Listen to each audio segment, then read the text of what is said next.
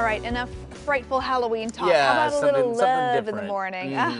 We are delving into a heated family topic as the holiday season quickly approaches. Plus, we're going to go over the dangers of playing matchmaker with your closest friends. Everybody's done it at least once, I feel like, on both ends of that deal. Joining us on the couch now to answer the latest round of your questions, of course, our relationship expert, Jennifer Blake Cool, back on the couch with us. Good morning. Good morning, Emily and Travis. Thanks for having me. Of It's course. always awesome to be here. Always great to see you. Yeah, both of these questions I think are fascinating. So we're going to jump into the first one here. This is from Helen via Facebook. She writes, I introduced one of my best friends at work to a longtime close friend, and they really hit it off. They've recently started hanging out without me, and it's a little upsetting. Am I right to be mad? I feel like, yeah, that matchmaker situation, this is a question that a lot of people can probably relate to. This is a great question, and what's interesting to me is the way the question's phrased. I wonder if it's she's introduced two girlfriends. She's introduced a really good girlfriend to a really good gal friend at work. I can't tell if this is a platonic relationship or romantic, but regardless. Regardless, it's a great question, twofold. So I'll happily address both. So if it's a well, firstly, you're allowed to feel however you want to feel. If, you know, your feelings are proof of your needs, your values, and your wants. And so we shouldn't slam any of our feelings. It's what we do with our feelings and how we even interpret our feelings is where it's at. So, you know, I hear this a lot. I gotta say, I want to say I never hear this from men, but I hear this from women a lot. The hurt and the pain of feeling excluded when they introduce a good female friend to another female friend. Yeah. And then all of a sudden they find out, oh, they went to happy hour without me last Friday. That can feel extremely painful to women in general speak, because women have a different kind of need to feel included.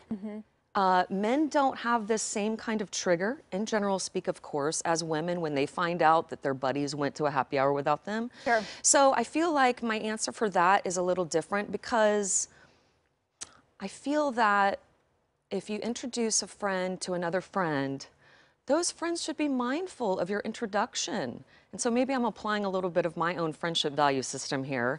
But if a friend introduced me to one of their really good friends, I personally would be mindful of not wanting to take any action that excludes them or makes them feel that, you know, now this relationship is more significant than my relationship with you. Right. But we're all different.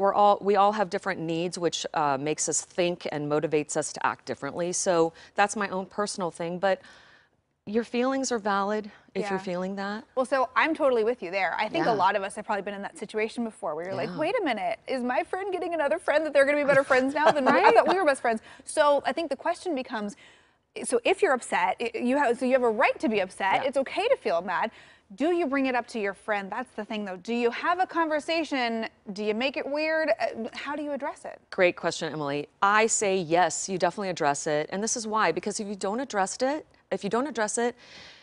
you're gonna become bitter over time. You're gonna manifest some belief systems in your brain about their relationship. You're gonna probably develop some more painful emotions around the scenario. So to be able to bring it up in a loving way is key.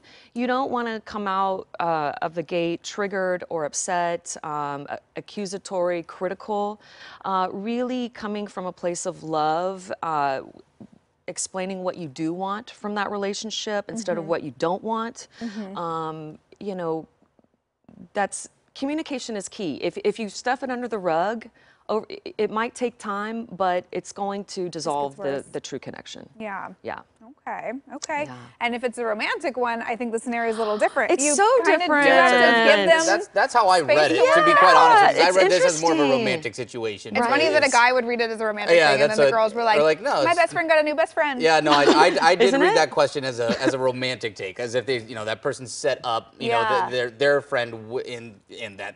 They're now partners. Or even if you didn't think that there would be a romantic connection, if there is, you kind of got to let it play out. Yeah, because if they're hanging out without you, that's a different motivation. Romantic interest, you know, it might be a little awkward if they were trying to include you. That's a whole different scenario than same gender friends excluding another friend. You know and what I would mean? even take it a step further and say, you know what? If you guys are gonna I'm out of it. Like, don't make consider me yourself a Cupid and with some good skill set about matchmaking. But I'm not gonna be your messenger. I'm not gonna go between. Like, y'all do you. I don't know, but that's kind of fun. Yeah, I love Okay, that question. so though. we got another good question real quick. We're short on time, but Thomas messaged us on Instagram. He writes, my wife and I had a baby earlier this year, so this is the first holiday season with kids.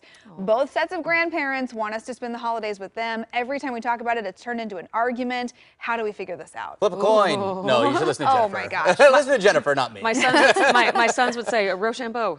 Yeah. Or no, I'm sorry, rock, paper, scissors. Yeah, Not there you both go. the same, Both the rock, same. paper, scissors. That's 3 out of 5. Yeah. So my first question is, what's great about this problem? I love that question as a Lot of tool love. for your relationships. Yeah. So much love. You've got a conflict that comes from a place of love and family and very good intent.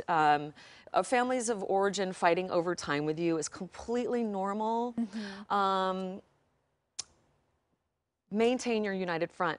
Never let your families of origin create conflict between you or trigger you so that you're fighting as a couple.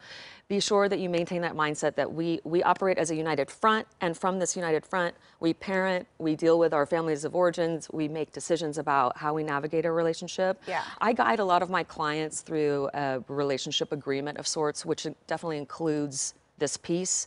You know, how do we handle vacation travel? How do we handle seeing our parents or our families of origin?